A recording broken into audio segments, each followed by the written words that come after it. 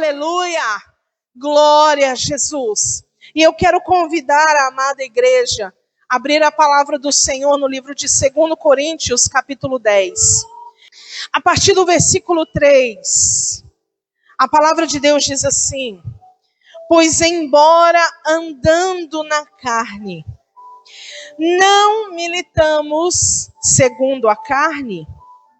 As armas da nossa milícia não são carnais, mas sim poderosas em Deus para a destruição das fortalezas, derrubando raciocínios e toda altivez que se levante contra o conhecimento de Deus, e levando cativo todo o pensamento à obediência de Cristo. Amém? Deus me trouxe aqui para te fazer entender que toda guerra que você enfrenta, você não vai vencer com as tuas armas carnais. Deus me trouxe aqui para fazer te lembrar que você tem armas muito mais poderosas, que são as armas espirituais. E essas sim são poderosas em Deus para desfazer toda fortaleza, para destruir o inimigo, para fazer cair por terra todo o embaraço que prende os seus pés. Nós conversamos com muitas pessoas e nós percebemos ao conversar com elas que muitas pessoas não rompem na sua vida. Muitas vezes não é por falta de esforço. Muitas pessoas não conseguem vencer na sua caminhada, não é porque elas não têm uma habilidade, não é porque elas não têm alguém que as ajude, não. Existem pessoas que não conseguem romper porque os seus pés estão embaraçados, estão presos, e por mais que essas pessoas se esforcem, elas não conseguem avançar. Sabe por quê? Porque estão lutando com armas carnais. E o Senhor me trouxe aqui para te fazer conhecer armas poderosas em Deus, que vão te fazer avançar nesse ano de 2025. Amém? Glória a Deus, amados. O mundo espiritual é mais poderoso do que aquilo que você está vendo. O mundo espiritual é mais poderoso do que aquilo que você sente, do que aquilo que você experimenta. O mundo espiritual, ele se movimenta rapidamente e ele é forte. Amém? E eu gostaria que você compreendesse que o mundo espiritual, ele é regido pelo reino da luz, que é a presença de Deus, que vem da glória de Deus.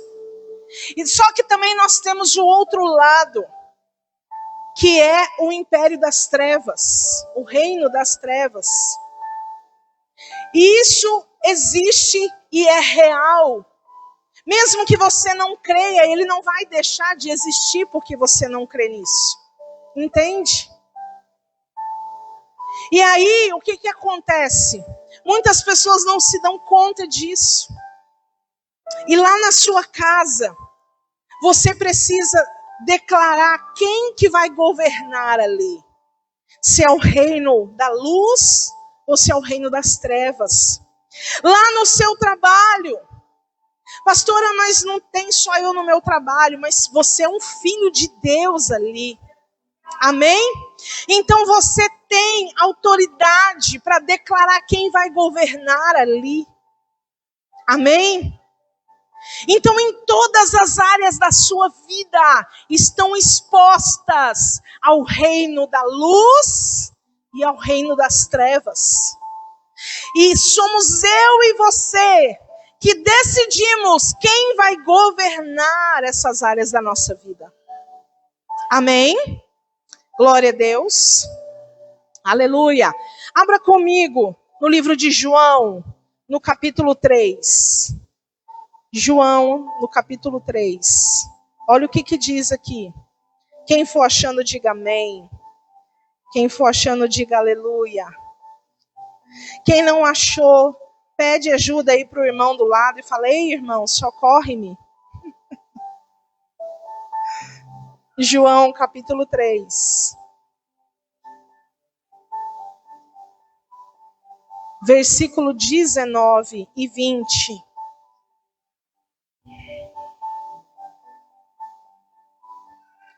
A condenação é esta: a luz veio ao mundo e os homens amaram mais as trevas do que a luz, porque as obras deles eram más. Olha o versículo 20. Todo aquele que pratica o mal odeia a luz e não vem para a luz, para que as suas obras não sejam reprovadas. Então entende algo, amados. Os demônios, o reino das trevas, eles não gostam da luz. Sabia disso? É por isso que você vê muitas pessoas, quando elas não estão bem, qual que é o ambiente em que elas se sentem confortáveis? Num quarto escuro, isolado. Por quê? Porque a luz, quando ela chega, ela denuncia as trevas. Amém? Glória a Deus. É por isso que você tem que gostar de estar num ambiente onde tem luz. É por isso que eu acho meio preocupante muitas igrejas ficarem naquela penumbra total. Eu acho estranho, se você não tem nenhuma restrição a isso. Mas eu acho, biblicamente falando, a gente não encontra base para isso. Porque aqueles que são de Deus, eles são da luz. Eles são da luz. E eles não se incomodam com isso. Amém? Por quê? Porque a Bíblia está dizendo que aquele que pratica o mal odeia a luz e não vem para a luz. Sabe de uma coisa? Quando você começar a perceber na sua casa um ambiente pesado, quando você começar a perceber no seu trabalho aquele ambiente que parece que está tudo assim travado, está acontecendo muita contenda, está acontecendo muita situação complicada, a Bíblia está te dando uma chave. Levante as suas mãos aonde você estiver, abra a sua boca e diga: eu declaro a luz de Deus aqui. Quando você fizer isso, a luz de Deus vai chegar naquele lugar. E tudo que estiver movido por Satanás e os seus demônios terão que bater em retirada, porque eles não podem resistir à luz de Deus. Amém? Então, a partir de hoje, tenha isso como uma direção para a sua vida. Levante a sua mão e declare: eu declaro que haja luz. E vai haver luz naquele lugar. E tudo vai ser transformado, porque o reino da luz vem. E quando a luz de Deus chega, as trevas são dissipadas. Glória a Deus. Aleluia. Você crê nisso? Amém. Abra comigo agora a palavra de Deus no livro de Marcos, capítulo 1. Marcos, capítulo 1.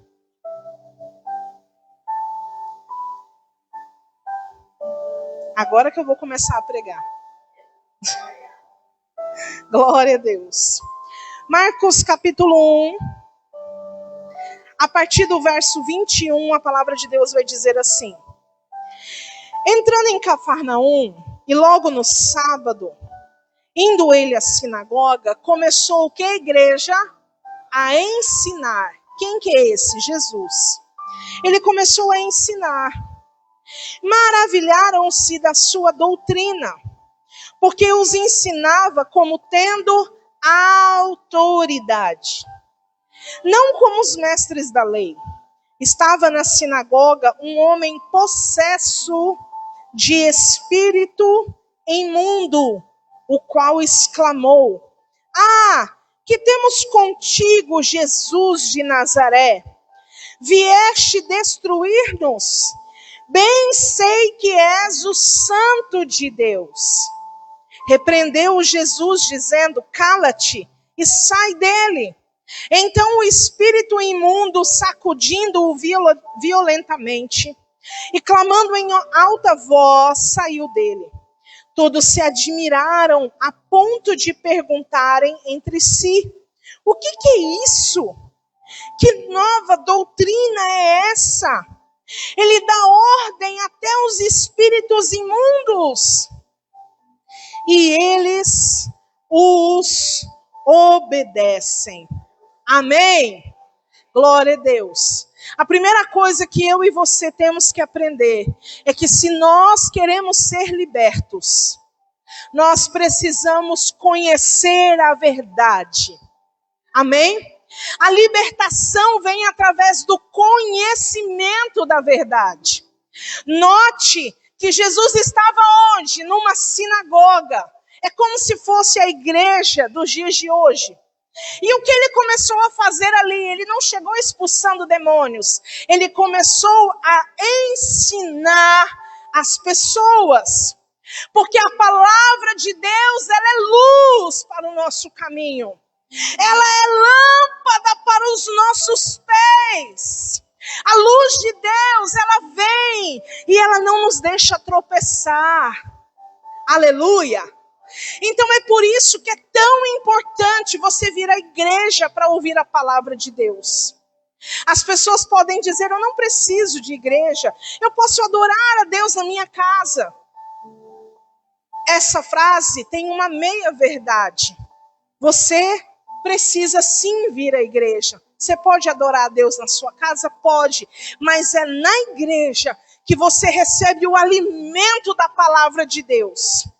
É que você é ensinado. E esse ensino é que tem o poder de libertar você. Esse ensino é o que tem o poder de trazer luz para o seu caminho. Amém? Então note que Jesus ali começa a ensinar. E ele começa a ensinar com autoridade. Porque Jesus tem autoridade. Aleluia! Por que a Bíblia diz que era algo diferente dos mestres da lei? Porque os mestres da lei diziam aquilo que tinha que ser feito, mas eles não praticavam aquilo que tinha que ser feito. Então você percebe que tem muita gente que anda segundo aquela frase: façam o que eu digo, mas não façam o que eu faço. E essa pessoa com certeza não tem autoridade. Mas aquela que diz algo que pratica, esse sim tem autoridade. Amém? Então é por isso que Jesus tinha autoridade para ensinar a doutrina de Deus. Porque ele não só sabia, mas ele praticava o que sabia. Amém? Você não precisa. Tem muitas pessoas que dizem: pastor, eu não consigo entender a Bíblia. Eu leio, parece que eu não consigo entender. E eu recomendo a essas pessoas: lê e começa a praticar o que você entende do que você lê. E logo em seguida o Espírito de Deus te capacitará a ter novos e novos entendimentos. Mas se você não começar a praticar aquilo que você lê, você nunca vai receber mais de Deus. Você consegue entender isso? Então é importante para que você tenha autoridade. Então Jesus tinha essa autoridade. Mas perceba uma coisa: um homem possesso por um espírito imundo dentro da igreja é de assustar alguns. Porque eu já ouvi gente falar assim: não, porque demônio não entra na igreja. Entra sim, irmãos. Endemoniado Judas estava quando assentado à mesa da Santa Ceia, comeu do pão e bebeu do vinho. Meu Deus!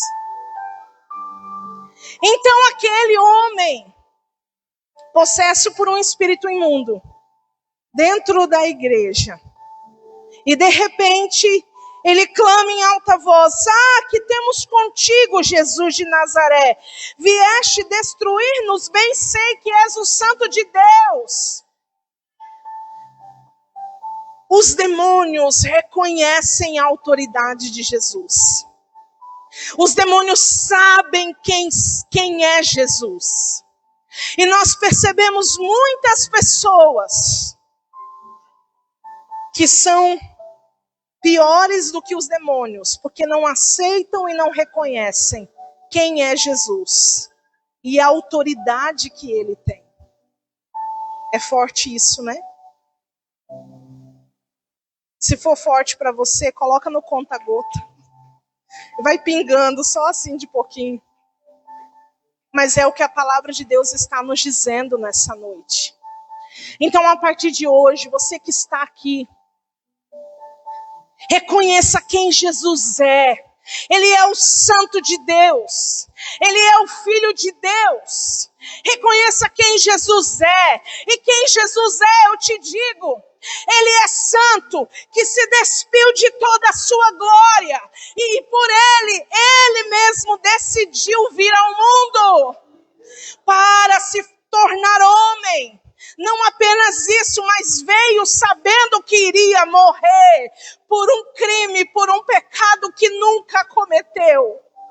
Por nos amar primeiro.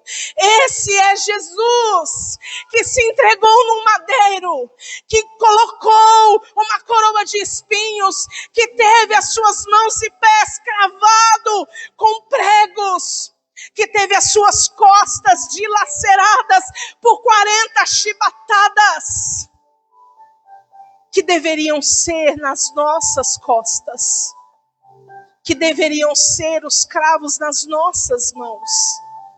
Esse é Jesus. Ele levou sobre si todas as nossas dores. Todo o nosso pecado estava sobre ele. Todas as nossas maldições. E sabe o que eu te digo? Que a maior dor de Jesus não foram os cravos. A maior dor de Jesus não foi a coroa de espinhos. A maior dor de Jesus não foram as 40 chibatadas. A maior dor de Jesus foi quando ele disse: Pai, por que me abandonastes? Porque naquele momento os nossos pecados estavam sobre ele. E naquele momento ele não podia ter comunhão com o Pai. Essa foi a maior dor de Jesus. Por um instante, ter se afastado da presença do Pai. Por causa dos nossos pecados. Esse é Jesus. Mas esse mesmo Jesus, estando morto, foi até o Hades, tomou as chaves que estavam na mão do diabo, e ao terceiro dia ele ressuscitou, e ele disse: por que me procurais dentre os mortos? Eu vivo estou para sempre, aleluia! Glória a Deus! Esse é Jesus, o Santo de Deus. Esse é Jesus, o Santo de Deus. E Ele está conosco todos os dias. Ele nos prometeu isso. Todos os dias. Nos dias bons e nos dias maus. Todos os dias. Até a consumação dos séculos. Aleluia.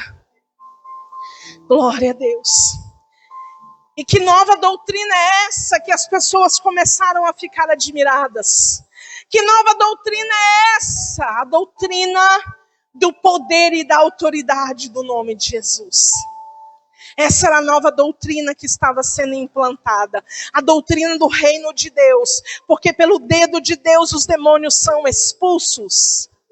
Amém? Filipenses capítulo 2. Versículo 9 e 10 diz assim: porque Deus o exaltou soberanamente.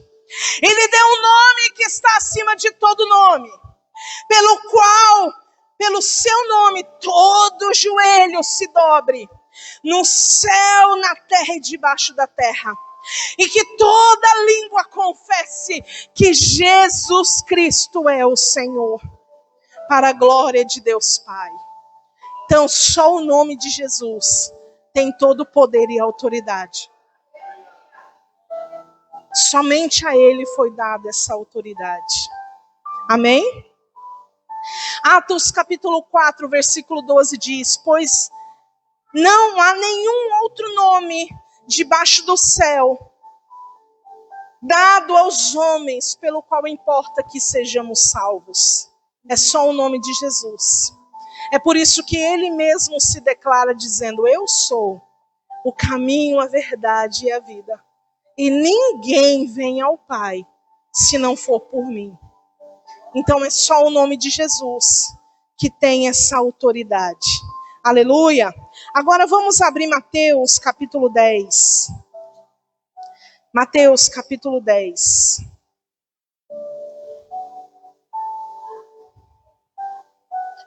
Glória a Jesus.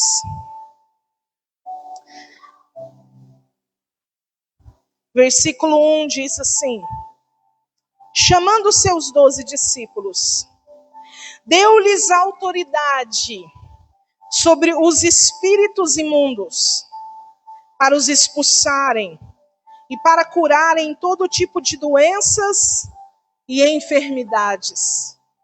Você consegue entender que Jesus, tendo autoridade, Ele repartiu desta autoridade com seus discípulos?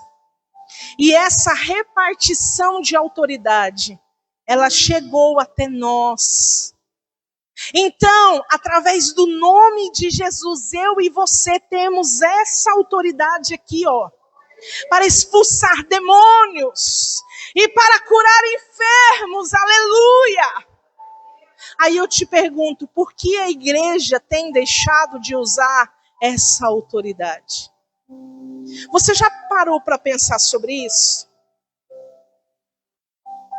Que hoje, infelizmente, tem dois assuntos que quase não se ouve mais falar dentro das igrejas. O primeiro assunto é sobre a volta de Jesus. Eu acredito até que tem igreja que acha que Jesus nem vai voltar mais. Porque eles estão tão preocupados em construir patrimônio aqui na terra, que eu acho que eles pensam: ah não, Jesus, deixa nós ficar por aqui mesmo. E o outro assunto, tão importante quanto, é sobre os demônios, como eles agem e como alguém pode ter vitória sobre eles. Eu já escutei de pastor falando assim, ó, não vamos falar de demônio não, para não dar ibope para ele. Não vamos mexer com ele, que ele não mexe com a gente. Eu escutei isso, gente, de pastor. Foi de qualquer pessoa, não. Não vamos mexer, vamos deixar o demônio lá quietinho, que ele vai deixar nós aqui quietinho. Meu Deus. Que absurdo isso, gente.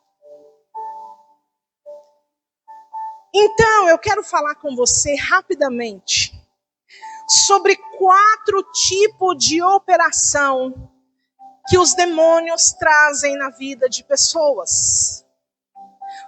Pastora, por que eu tenho que ouvir isso? Para que você seja liberto, para que a sua casa seja liberta, para que a sua família seja liberta, para que você não ande mais sobre o domínio do reino das trevas. Amém? A primeira operação das trevas é através da tentação. A Bíblia diz que Jesus, depois de ser batizado, ele foi levado ao deserto. E a Bíblia diz que ele não foi lá passear, ele foi lá para ser tentado. Então a tentação, ninguém está imune. Todos nós vamos passar pela tentação. Mas a palavra de Deus diz, Tiago capítulo 1, versículo 13. Ninguém sendo tentado diga, de Deus sou tentado, porque Deus não pode ser tentado pelo mal e a ninguém tenta. Então se a tentação não vem de Deus, logicamente ela vem do maligno. Sim? E aí você encontra várias passagens bíblicas dizendo assim: vigiai, orai para não cairdes em tentação. O que seria tentação? É você ceder à vontade da sua carne. Não é só pecado, aquele pecadão, que quando a gente fala sobre tentação, logo as pessoas pensam assim: ah, pastora, mas eu não pratico aquele pecadão cabeludo. Mas a tentação não é só isso. A tentação são coisas pequenas, porque ninguém tropeça numa montanha. É mais normal as pessoas tropeçarem em algo pequeno que está diante delas. Então a tentação, ela age com coisas que aparentemente são insignificantes. A tentação é algo que sempre vai competir com as coisas de Deus. Sabe quando você quer orar e aí bate aquele sono? Quando você quer ler a Bíblia e você começa a ler, você lê 3 versículos. E você já está assim, abrindo a boca, fechando o olho. Você está debaixo de uma tentação. Então a tentação não são só aquelas coisas grandes. A tentação é tudo aquilo que a carne tenta impor. A tua vontade humana está querendo te dominar. Compreende isso? Então, quando você estiver sobre o domínio da tentação, o que você tem que fazer? Fugir. Fugir. Quando o José estava lá no Egito, na casa do Potifar, e apareceu aquela mulher toda poderosa, toda maravilhosa, querendo o José. O que ele fez? Ele ficou lá para ver até onde a pouca vergonha ia.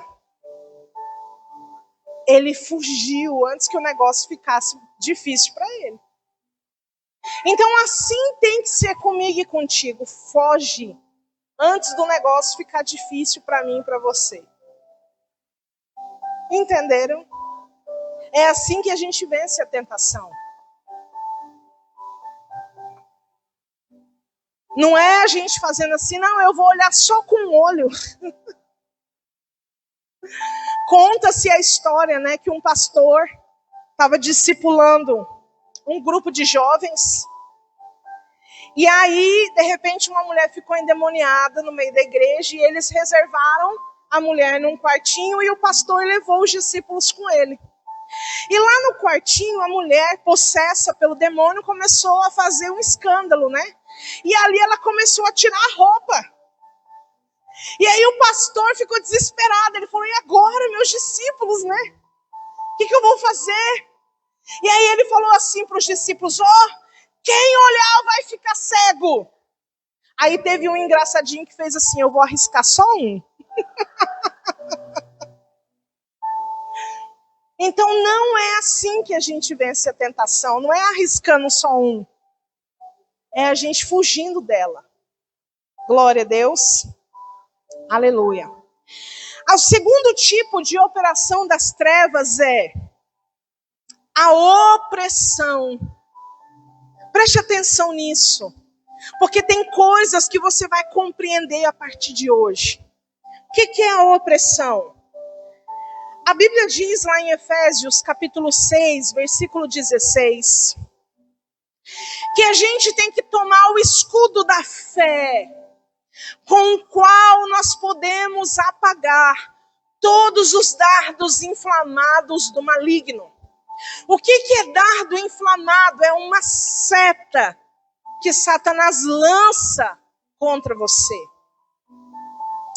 A palavra de Deus diz que Satanás ele fica ao derredor, rugindo como um leão, procurando a quem possa tragar. Note que a palavra não é ao redor, mas ao derredor.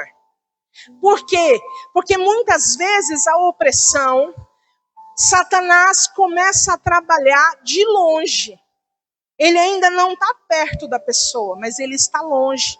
E de longe ele lança os dardos inflamados dele para atingir você. Então, sabe aquele dia que você acorda com uma angústia no seu coração? Que você acorda depressivo? Que você acorda querendo desistir de tudo? Sabe aquele dia que você só quer se enfiar dentro de um quarto escuro e ali você ficar sem falar com ninguém, sem fazer nada? Você está debaixo de uma opressão maligna. Satanás, ele está lançando dardos inflamados no teu coração para trazer desânimo, tristeza, apatia, derrota, pensamentos de fracasso. São dardos inflamados do maligno. É quando ele quer te oprimir, a ponto de você não aguentar mais e querer pedir as contas. Entenderam? Então isso, o nome disso é opressão. Então quando você, a partir de hoje, começar a enfrentar isso, você vai saber que as suas armas são poderosas. E o nome de Jesus tem poder para te libertar disso. Amém? Não se deixe mais oprimir pelo inimigo, porque ele vai querer fazer isso comigo e com você. Então a opressão, ela vem, ela quer te oprimir. Satanás, ele quer te acertar com essa flecha. Mas a partir de hoje ele vai ser um derrotado na nossa vida. Em nome de Jesus. Amém? Glória a Deus. A terceira operação de Satanás na vida de uma pessoa é o endemoniamento. Como assim, pastora? É um ninho de Satanás mesmo, aonde? Na sua mente. Presta atenção nisso que eu vou te falar. A nossa mente, a mente do ser humano, ela é um campo de batalha. E Satanás, ele quer fazer um ninho na sua mente. Tem gente que pensa que endemoniamento é quando a pessoa já está espumando pela boca, já está escabelando, já está se estribuchando no chão. Mas note que a palavra de Deus vai dizer lá em Lucas, no capítulo 22, no versículo 3, que Judas, quando foi trair Jesus, Satanás já tinha entrado nele. A Bíblia diz, e Satanás entrou em Judas. E mesmo Satanás tendo entrado nele, ele, parecia uma pessoa em perfeitas condições de conversar, de sentar na mesa da Santa Ceia. E ainda mais, quando Jesus fala assim, onde vocês vão me trair? E ele olha e diz, com cinismo, com sarcasmo, diz, acaso sou eu, mestre?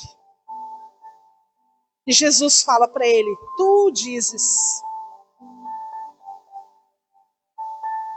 Então o endemoniamento é quando Satanás consegue ter o domínio da mente da pessoa. É quando a pessoa começa a pensar, a maquinar como que ela vai praticar o mal. Como que ela vai fazer para alcançar aquilo. É quando ela entra num jogo de traçar uma estratégia. Com situações maliciosas para alcançar aquilo que ela deseja. A Bíblia diz então que isso é endemoniamento, porque Satanás já tomou a mente dela. Diga assim comigo, misericórdia. Eu não preciso de artifícios malignos para obter aquilo que eu preciso, porque o meu Deus ocupa os meus pensamentos e Ele vai me dar a direção que eu preciso. Amém. Glória a Jesus. Aleluia.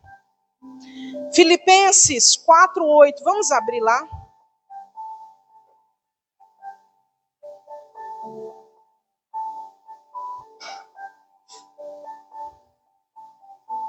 Um pouquinho mais para frente. Filipenses 4. 8.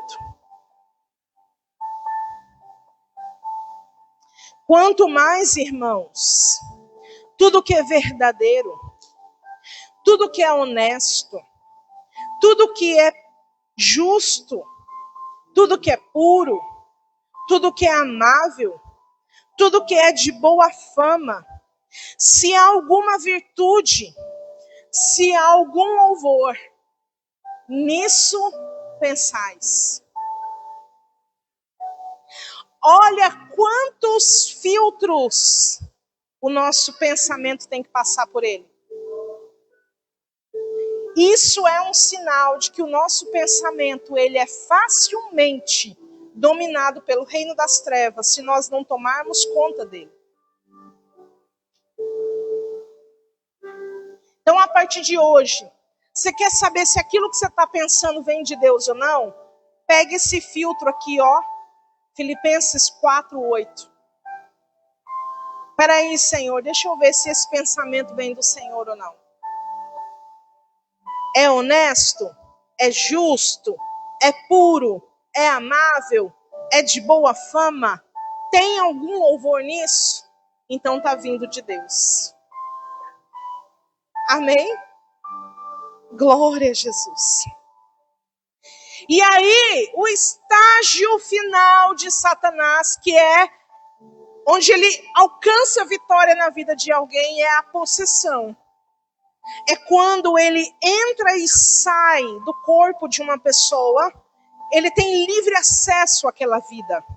Ele pode entrar e sair a qualquer momento, porque aquela pessoa já deu para ele todas as chaves da sua vida, toda a legalidade que ele precisava. Então aí, quando a pessoa chega a estar possessa, a gente vê inúmeras passagens bíblicas. Por exemplo, a de Mateus capítulo 8, do versículo 26 ao 34. A gente vê ali um jovem que ele inclusive morava no cemitério e ele tinha que ser amarrado porque ele fazia coisas terríveis. Então aí já é o estágio final, quando uma pessoa é totalmente possessa pelos espíritos malignos. Diga assim comigo, misericórdia. E por onde que esses demônios entram? Você já ouviu falar sobre brecha? Porque Satanás, ele não precisa de convite. A Bíblia diz que ele é como um ladrão. Você já viu o ladrão esperar ser convidado? O ladrão, ele espera uma oportunidade. Ele não precisa da porta estar escancarada. Se tiver uma janela aberta, ele entra por ela. Então a brecha é o pecado. Por isso que a palavra de Deus diz que nós temos que nos arrepender daquilo que fazemos todos os dias. A Bíblia diz que aquele que não tem pecado já pecou. Aquele que diz, não, eu sou bom demais, eu sou o top. Eu não tenho pecado. A Bíblia diz que esse já está em pecado, por dizer isso. Então o pecado, gente, não existe pecadinho e pecadão, zão. Porque tem gente que fala assim, não, eu vou ser salvo, eu sou uma pessoa boa. Eu não mato, eu não roubo ninguém, eu não adultero, eu sou uma pessoa boa, então eu vou para o céu. Só que não é isso que a Bíblia diz. A Bíblia diz que o nosso coração é corrupto e perverso.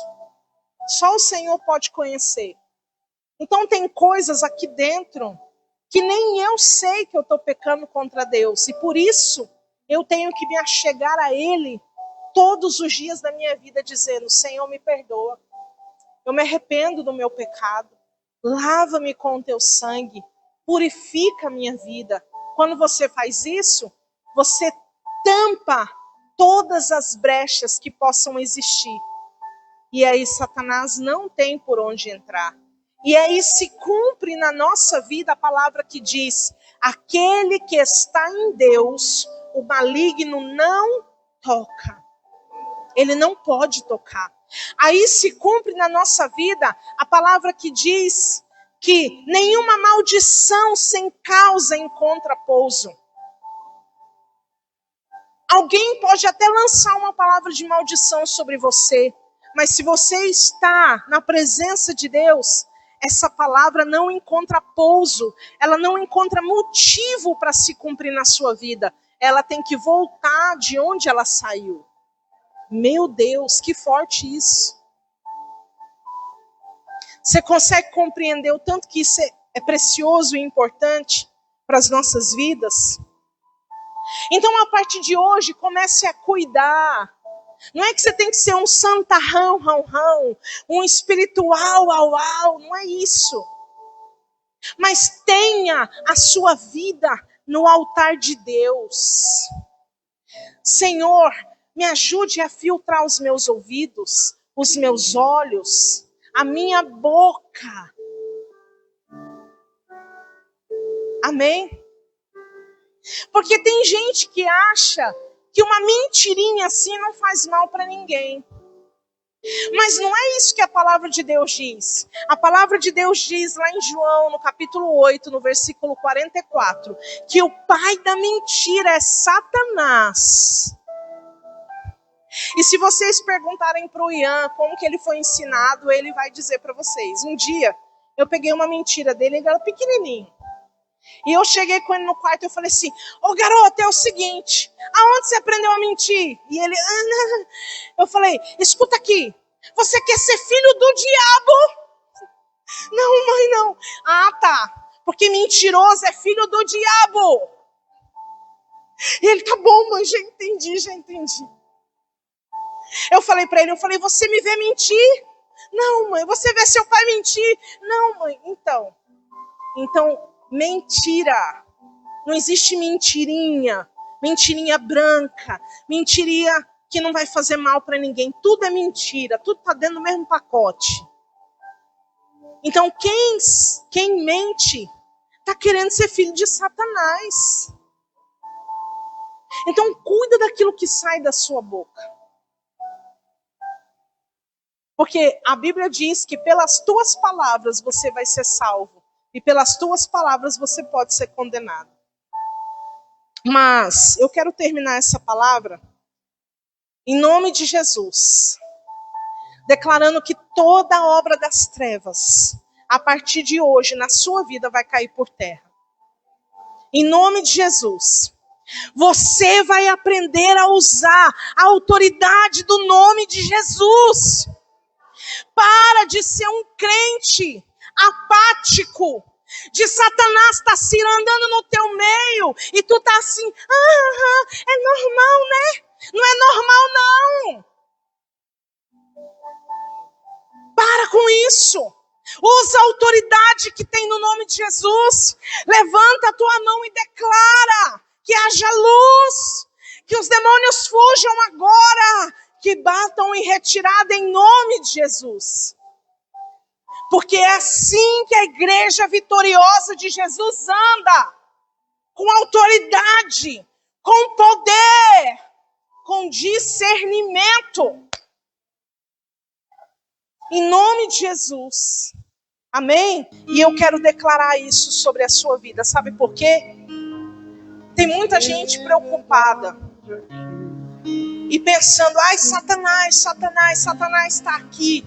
Eu quero te falar uma coisa. O problema não é a presença de Satanás. O problema é a ausência da presença de Deus. Entende?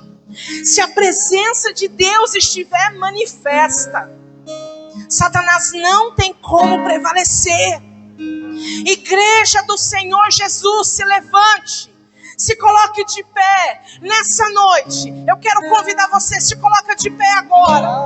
E nós vamos declarar isso. Nós vamos declarar as obras de Satanás sendo destronadas, destruídas pelo poder e pela autoridade do nome de Jesus. Do nome de Jesus. Porque Ele nos deu essa autoridade. Aleluia.